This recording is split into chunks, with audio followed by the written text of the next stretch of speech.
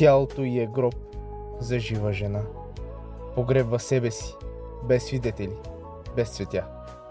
Никой не иска прошка, никой не й върна нищо. Само я щупиха.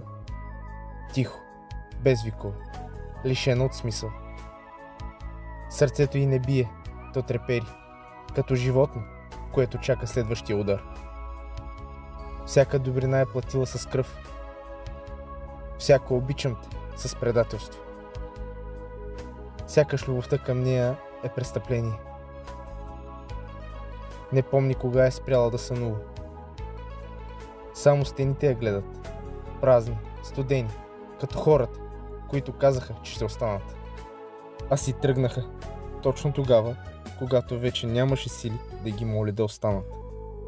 Гласът й е шепот, който дори тя не чува. Толкова дълго е мълчала, че е забравила как звучи истинската неразпъната жена в нея. Затворила я е вътре, като затворник, който не вярва в прошката. Понякога се гледа в огледалото и вижда, че не знае коя е. Вижда сенки под очите си и сянка на жената, която вярваше достатъчно в доброто. Вярваше, че ще бъде обичана и че някой ще види нея. Но никой не я видя. Всички гледаха само какво взимат от нея. Но никой не видя как се усмихва, докато кърви отвътре, и как казва добре съм, докато умира по-малко всеки ден.